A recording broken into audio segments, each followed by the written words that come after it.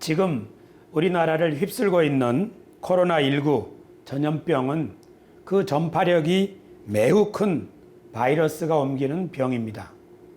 하지만 치사율은 그렇게 높지는 않다고 합니다.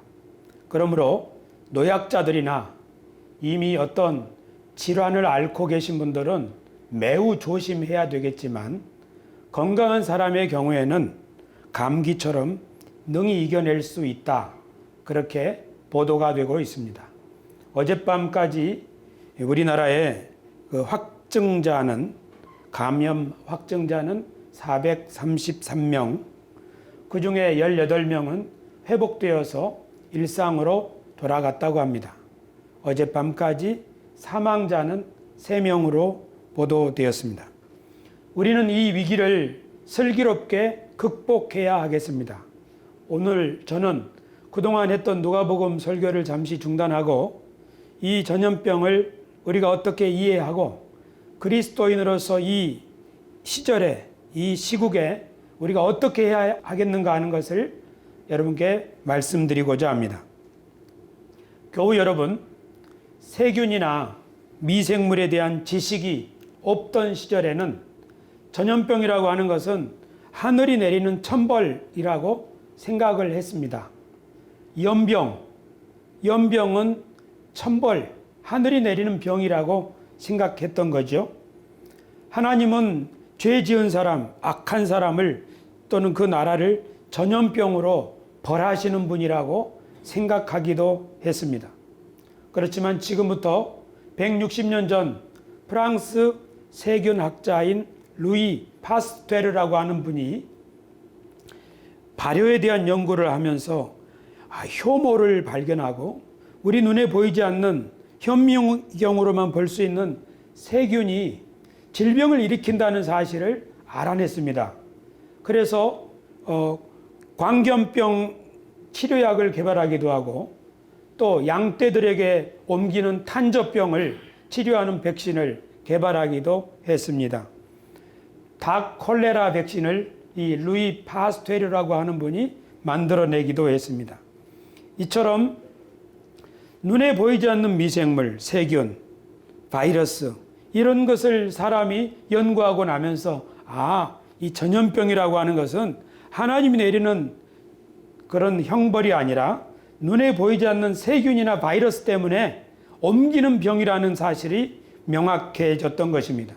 우리 인간은 지금까지 바이러스를 퇴치하는 백신을 개발하면서 문명을 발전시켜 왔습니다. 바이러스도 해마다 그 모양을 달리하면서 새로운 모습으로 인간에게 도전을 해오고 있습니다.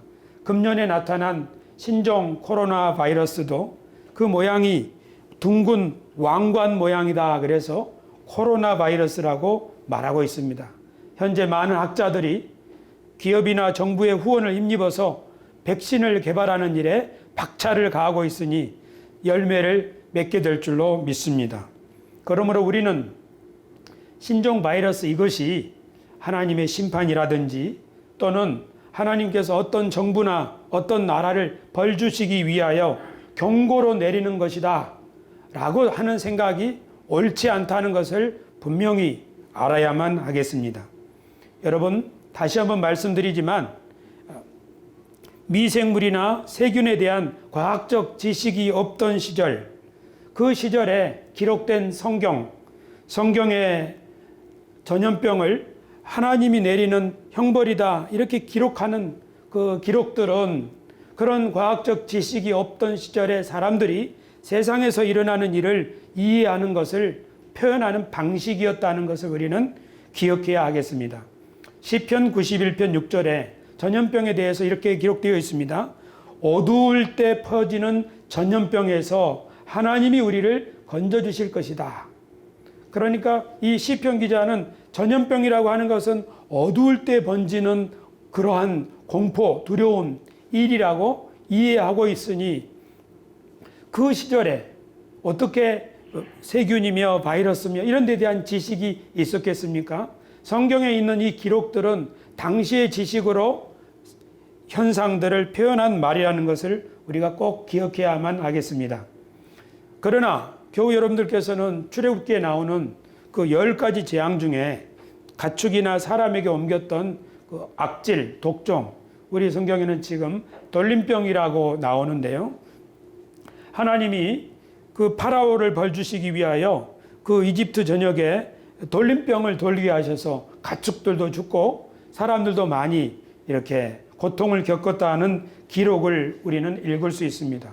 그러므로 하나님이 이집트라는 나라를 벌주시기 위하여 전염병을 내리는 거 아니냐 이렇게 생각할 수 있는 거죠. 이 부분은 참 중요한 말씀인데요. 하나님이 애굽의 파라오를 벌주시고 그곳에 10가지 재앙을 내리신 이 이야기는 하나님이 이스라엘 백성들을 얼마나 사랑하시는가, 이스라엘 백성들을 구하기 위해서 어떻게 일을 하시는가를 성경이 기록하고 있는 내용입니다. 구약 성경은 신약 성경보다는 조금 더 직설적으로 기록되고 표현되어 있습니다.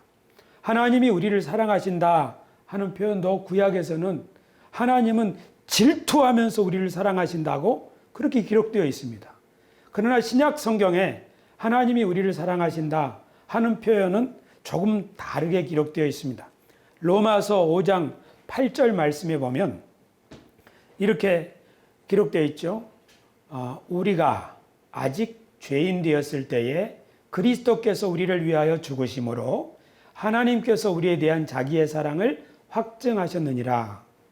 신약 성경에서는 하나님이 우리를 사랑하시는데 그것을 어떻게 표현했냐면 자기 아들을 희생하시면서까지 우리를 사랑하신다.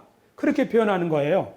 하지만 구약 성경에서는 하나님이 그 백성을 사랑하신다 하는 것을 어떻게 표현하냐면 그 백성을 괴롭히는 사람은 하나님이 반드시 벌 주신다 하는 식으로 하나님의 사랑을 표현하고 있습니다. 그러니까 구약의 어떤 나라나 어떤 사람에게 전염병이나 이런 재앙으로 벌 주신다는 이 기록들은 다 어떻게 읽어야 하냐면 하나님은 그 백성을 너무너무 사랑하시는구나 이렇게 읽어야지 하나님은 아주 잔인한 분이야, 엄한 분이야 이렇게 이해하는 것은 성경을 올바르게 이해하는 것이 아닙니다. 예를 들어 봅시다. 시편 23편에 여호와는 나의 목자시니 내게 부족함이 없다. 그분은 지팡이와 막대기로 나를 지켜주신다. 이런 말씀이 있습니다. 그런데 이 말씀을 하나님은 몽둥이, 막대기, 지팡이 가지고 피 흘리기를 좋아하시는 하나님이야. 이걸 가지고 무기를 삼아서 잘못 걸리면은 아주 세게 매질을 하시는 분이야 라고 말한다면 이 시편의 아름다운 이야기를 우리는 오해하고 모독하는 것입니다. 목자가 지팡이와 막대기를 들고 다니는 것은 어디 한번 걸리는 놈 있는가 봐라 하고 때릴 사람을 찾는 것이 아니고 그 양을 보호하신다고 하는 이야기로 읽어야 되는 것입니다. 그러므로 예를 들면 일본에 쓰나미나 지진이 났을 때 거봐 일본 저것들 우상 숭배하고 우리나라를 괴롭히더니 하나님이 벌 주시는 거야 이렇게 말하는 순간 우리는 하나님을 모독하는 셈이 된다는 것을 기억해야 하겠습니다. 그뿐 아니라 지금 발생하고 있는 코로나 전염병의 원인은 중국 정부가 교회당을 파괴하는 무자비한 일을 가차없이 너무 심하게 하니까 하나님이 벌 주시는 것이다. 하나님이 심판하는 것이다. 하는 것도 마찬가지로 하나님을 모독하는 행위라는 사실을 우리는 생각해 볼 필요가 있습니다. 성경은 하나님을 어떤 분이라고 말하는가? 인자와 선하시고 인자하심이 영원한 분이라고 여러 차례 계속 반복적으로 하나님이 선하시고 인자하신 분이라고 말씀하고 있습니다. 예수님은 하나님으로부터 보내심을 받아서 우리들에게 뭘 가르치셨나요? 내 이웃을 내 몸과 같이 사랑하라. 그뿐 아니라 원수를 사랑하라 하고 가르치셨죠. 그러면 하나님이 보내신 분이 원수를 사랑하라 하고 우리들에게는 말씀하시고 하나님이 원수들은 벌하시고 원수들은 내가 보복하겠다 그렇게 말씀하시는 것은 하나님을 이상한 분으로 만드는 것입니다. 우리 부모가 자녀들한테 너 지금 이거 안 들으면 내가 벌 줄 거야? 이렇게 부모가 자녀한테 말할 때 그 말 뜻이 나는 벌 주기 좋아하는 사람이야. 이런 말 아니잖아요. 뭔가요? 자녀를 지키려는 것입니다. 부모는 벌 주기 좋아하는 분이 아닙니다. 교우 여러분, 그러므로 전염병은 하나님이 내리는 벌이다가 아니라 우리 모두 극복해야 될 우리 시대의 문제라는 사실을 믿으시기를 축원합니다. 그러면 우리가 지금 어떻게 해야 될까요? 우리는 이 위기를 함께 극복하기 위해서 서로 협력하고 마음을 모아야만 하겠습니다. 바울 사도께서는 우는 자들과 함께 울고 즐거워하는 자들과 함께 즐거워하라 하셨습니다. 교회 안에서만 그래야겠습니까? 아니죠. 우리 시대의 공동체가, 우리 민족이 겪고 있는 이 아픔을 함께 공감하면서 함께 이것을 극복해 나갈 수 있도록 우리가 공동의 노력을 하는 것, 이것이 가장 먼저 해야 할 일입니다. 두 번째는 이 위기를 극복하려면 어떤 사람을 또는 어떤 그룹을 탓하고 저 사람들 때문이다 라고 하는 마녀 사냥식 정죄를 해서는 안 됩니다. 지금 우리는 이번 코로나19 사태를 통해서 한 사람이 얼마나 큰 영향력을 끼치고 그 사람의 역할과 가치가 얼마나 중요한가 하는 것을 우리는 새삼스럽게 느끼고 있습니다. 바울 사도께서는 로마서 5장에서 한 사람으로 말미암아 사망이 들어왔고 또 한 사람의 순종하심으로 말미암아 많은 사람이 의롭다함을 받았다 그렇게 말씀합니다. 앞에 말한 한 사람의 불순종은 아담을 말하는 거고 뒤에 말한 한 사람의 순종은 예수님을 말하는 거죠. 예수님 때문에 아담 한 사람 때문에 많은 사람이 고통을 겪고 예수님 한 분 때문에 많은 사람이 생명을 얻게 되는 것입니다. 그러므로 우리 가운데 있는 그 한 사람은 그 한 사람 따로 있는 것이 아니라 우리와 다 연결되어 있는 우리의 일부라고 하는 사실을 우리는 지금 깊이 경험하고 있습니다. 만약에 우리가 어떤 코로나19에 감염된 사람과 건물에 같이 있었다면 그곳에 있는 모든 사람들은 자가격리되고 그 건물은 폐쇄될 것입니다. 바로 그 한 사람 때문이죠. 이처럼 우리는 한 사람은 한 사람이 아니라 우리 모든 사람과 긴밀하게 연결되어 있다고 하는 사실을 우리는 느끼고 있습니다. 그러므로 지금 우리는 그 어느 때보다도 공동체 의식을 개발해야 할 시점에 와 있습니다. 우리 조상들은 우리들에게 예의 범절, 미풍양속으로 이런 것을 우리에게 가르쳐 주셨습니다. 너 혼자만 사는 세상이 아니다. 더불어 사는 세상이기 때문에 다른 사람도 생각을 해야 된다 하고 끊임없이 우리들에게 가르쳐 주셨습니다. 하지만 지금 우리는 생존의 기로에 서서 우리가 같은 운명을 겪어야 될 운명 공동체라고 하는 사실을 우리는 지금 깨닫고 있습니다. 우리는 신종 코로나 바이러스 감염이라는 위기 앞에 함께 서 있습니다.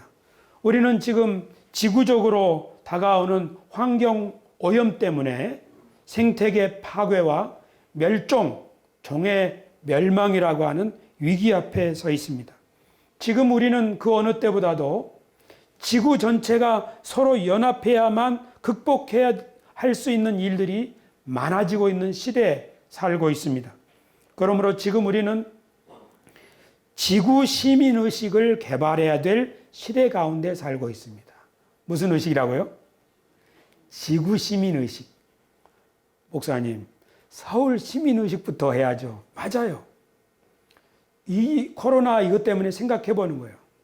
서울 시민으로서 의식을 가지고 서울시 전체를 생각하는 의식 필요하고 더 나아가서는 지구 시민 의식이 우리 가운데서 개발돼야 될 시점에 와 있습니다. 우리 그리스도인들도 하나님은 한 분이시며 한 분 하나님 앞에서 모든 사람은 한 가족이요 자녀다라고 하는 지구 신학을 가져야 하겠습니다. 전에 이스라엘 민족은 자기들만 아브라함의 자손이라고 하는 자부심을 가지고 살았습니다. 유대인들도 유대인으로서 그들만의 자부심이 있었습니다. 기독교인들은 우리는 하나님이 특별히 부르신 사람들이다 하고 교회 공동체를 이루면서 자부심을 가지고 살았습니다. 불자들도 그렇고 무슬림들도 그렇습니다. 그러나 지금 우리는 한 분 하나님 앞에서 모든 사람들이 한 지구 시민이라고 하는 이런 새로운 생각을 기반으로 각 종교와 각 신앙과 각 나라들이 그 위에 지구 시민이라고 하는 의식 위에 자신들의 신앙을 세워나가야 될 그런 때가 되었다고 저는 생각합니다. 여러분, 우리가 성경을 알거니와 성경이 말씀하죠. 하나님은 선인이나 악인이나 똑같이 비를 내려주시고 햇볕을 쬐주신다. 성경은 이미 사람들을 차별하지 아니하고 구별하지 아니하고 모든 사람들이 하나님 앞에서는 공평하다 하는 사실을 우리들에게 이미 가르쳐주고 있었습니다. 끝으로 교회가 그리스도의 몸이라고 하는 사실을 우리는 새삼스럽게 다시 깨달아야 하겠습니다. 그리스도의 몸이라고 하는 우리의 교회 정체성, 그리고 그리스도의 몸으로서 우리의 사명을 우리가 자각했으면 하는 마음입니다. 에베소서 1장 23절 한번 보실까요? 교회는 그의 몸이니 만물 안에서 만물을 충만하게 하시는 이의 충만함이니라. 바울 사도께서는 교회를 그리스도의 몸이라고 표현합니다. 이 몸의 머리는 예수님이라고 말씀하는 거죠. 몸이 무엇입니까? 몸은 머리의 생각을 밖으로 드러내는 것입니다. 손은 머리의 생각을 글로, 제스처로 표현하는 거죠. 우리의 발은 머리의 의도를 따라서 우리 몸을 원하는 곳으로 데려다 줍니다. 그러므로 몸이라고 하는 것은 머리가 생각하고 꿈꾸고 의도하는 바를 밖으로 드러내는 것입니다. 교회가 그리스도의 몸이라고 하는 것은 예수님이 생각하는 꿈, 희망, 비전을 세상에 나타내는 것입니다. 그런데 성경은 예수님은 어떤 분이라고 말씀하고 있습니까? 골로새서 1장 19절을 보시면 아버지께서는 모든 충만으로 예수 안에 거하게 하시고, 그러니까 예수님은 그 안에 하나님이 뭔가 가득하게 채우시는 것이 있다. 즉 모든 충만으로 예수님 안에 채우셨다는 것입니다. 그러므로 예수님의 생각, 예수님의 뜻, 예수님의 꿈은 만물을 충만하게 하는 것입니다. 만물을 충만하게 하시는 것은 본래 하나님의 뜻입니다. 하나님은 세상을 창조하실 때 혼돈하고 공허한 세상에 생명으로 충만하게 채우시는 분입니다. 그러므로 예수님이 교회의 머리라고 할 때 예수님은 몸을 통해서 무슨 일을 하려고 하시는가? 그것은 만물을 충만하게 채우는 것입니다.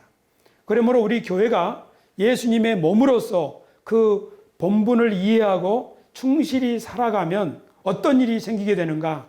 이 만물을 충만하게 채우는 일이 일어난다는 것입니다. 만물이 어떻게 충만하게 채워질까요? 전에 말씀드린 바 있죠. 이 공간, 이 예배당이라고 하는 이 공간을 가득 채울 수 있는 것은 뭐라고 그랬죠? 무엇이 이 예배당 공간을 가득 채울 수 있습니까? 빛이죠. 빛은 이 예배당을 가득 채우고 있습니다. 이 예배당을 또 가득 채울 수 있는 것이 뭘까요? 소리입니다. 소리는 이 예배당을 가득 채울 수 있습니다. 또 있어요. 이 예배당을 가득 채울 수 있는 것이 또 있습니다. 뭘까요? 향기예요, 향기. 꽃꽂이를 새로 하거나 또 향기 나는 꽃을 잘 이렇게 화분을 갖다 놓으면 문 열고 들어올 때 이곳에서 향기가 나죠. 만물을 충만하게 채운다, 세상을 가득 채운다 하는 것은 성경에서 말하는 바에 따르면 빛입니다. 소리입니다. 그리고 향기입니다. 그러므로 예수님께서는 우리 교회에게 말씀하시기를 너희는 세상의 빛이다. 어두움을 몰아내고 빛으로 가득 채워라. 할렐루야. 너희는 그리스도의 복음을 전하는 소리다. 사람들의 마음속에 두려움을 몰아내고 하나님의 복된 소리로 충만하게 하라. 이것이 교회에 주신 사명인 줄로 믿습니다. 너희는 그리스도의 덕을 드러내는 향기다. 향기로운 냄새로 공동체를 가득 채우라. 이것이 교회가 맡은 임무입니다. 교회는 그리스도의 몸으로서 만물을 충만하게 하시는 분이 교회를 몸으로 삼으시고 친히 머리가 되셔서 이런 꿈, 이런 환상, 이런 비전을 가지고 있는데 그것은 이 세상을 충만하게 하시는 것입니다. 그러면서 우리들을 향하여 세상을 빛으로 충만하게, 아름다운 복음으로 충만하게, 그리고 향기로 충만하게 하라는 것이지요. 이 세상을 빛으로 충만하게 할 때 빛이 여기에 있습니다. 이 빛이 이곳을 가득 채운다 하면 빛은 이 방과 하나가 되어야 합니다.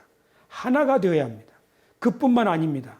소리도 그렇습니다. 어떤 곳에 소리가 가득 차 있다 하면 그 소리는 그 공간과 이미 하나가 되어 있습니다. 향기도 마찬가지입니다.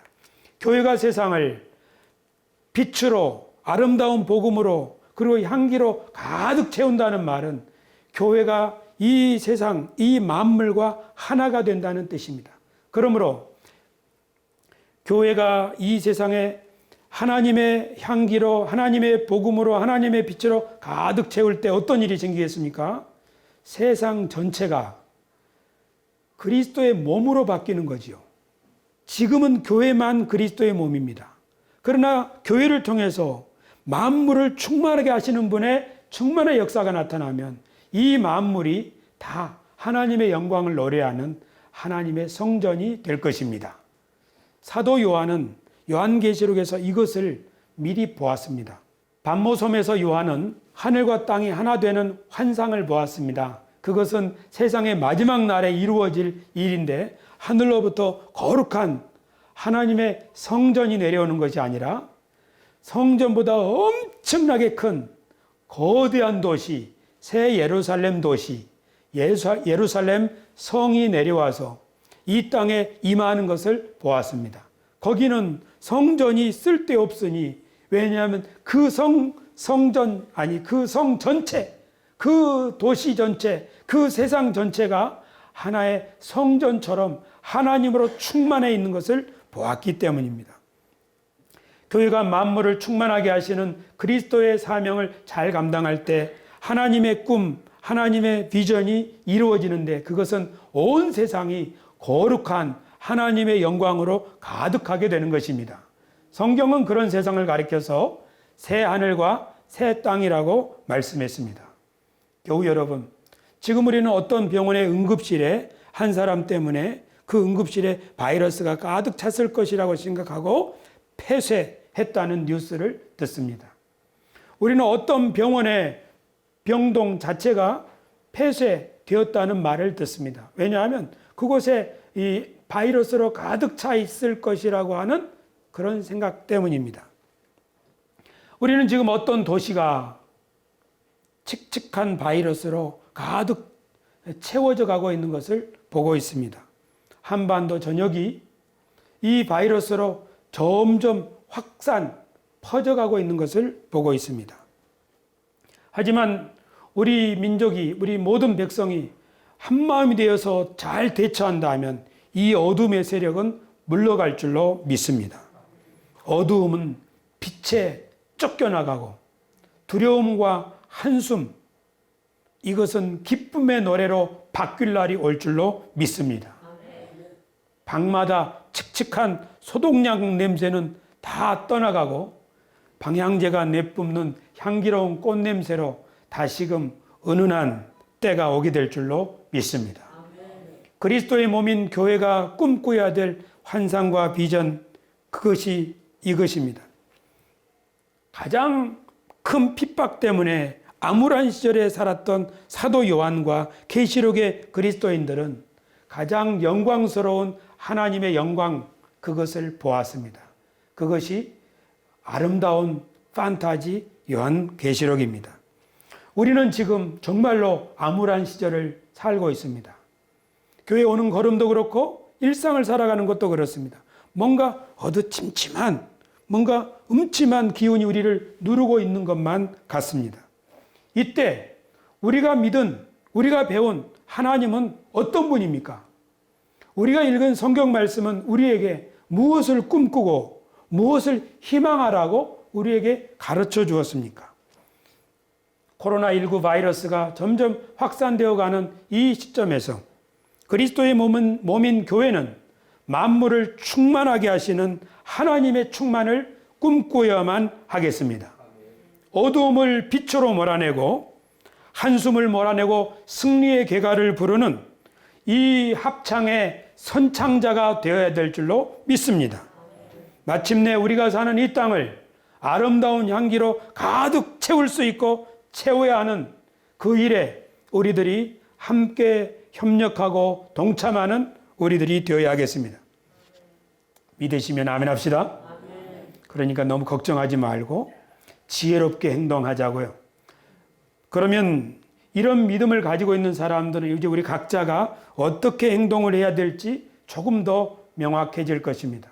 가장 먼저는 정부에서 가르쳐놓은 지침을 잘 따라야 될 것입니다. 그뿐 아니라 우리의 마음가짐에 대해서 저는 말씀드리고 싶습니다. 지금 우리나라에서 가장 크게 당황하고 있는 사람들은 가장 많은 확진자가 나오고 있는 신천지 교우들, 신천지 신도들일 것입니다. 많은 이야기가 있지만 신천지 교회나 신도들이야말로 지금 우왕좌왕 갈팡질팡하고 있을 것입니다. 그 사람들을 긍휼히 여기는 마음을 누가 가질 수 있겠습니까? 그리스도의 충만으로 세상을 충만하게 채우는 그리스도의 몸인 교회는 그런 여유를 가질 수가 있을 것입니다. 노심초사 불철주야 방역 활동에 매진하는 공직자들을 응원할 여지도 그런 여유도 우리는 가질 수가 있습니다. 우리 주변에 취약한 사람은 없는지 돌아볼 수 있는 그런 마음도 우리는 가질 수 있습니다. 그뿐 아니라 우리 주변에서 누군가 기침이나 재채기를 할 때 째려보기보다는 함께 걱정해 줄 수 있는 그런 여유도 가질 수 있을 것입니다. 이런 여유와 차분함과 희망, 확신을 가지고 사는 공동체는 어쩌면 이 위기를 잘 극복해 나갈 수 있는 묘안을 찾을 수도 있을 줄로 저는 기대합니다. 할렐루야. 하나님은 언제나 우리와 함께 하십니다. 그리고 우리가 연약할 때 더욱 우리와 가까이 계신다고 우리는 믿습니다. 하나님은 우리와 함께 하시고 우리를 통하여 우리 안에서 일하고 계시는 분입니다. 그러므로 우리들이 이 위기 앞에서 함께 마음을 모아 두려움을 떨쳐내고 슬기롭게 극복해 나가는 그리스도의 몸인 교회가 되기를 주 예수님의 이름으로 축원합니다. 기도하겠습니다.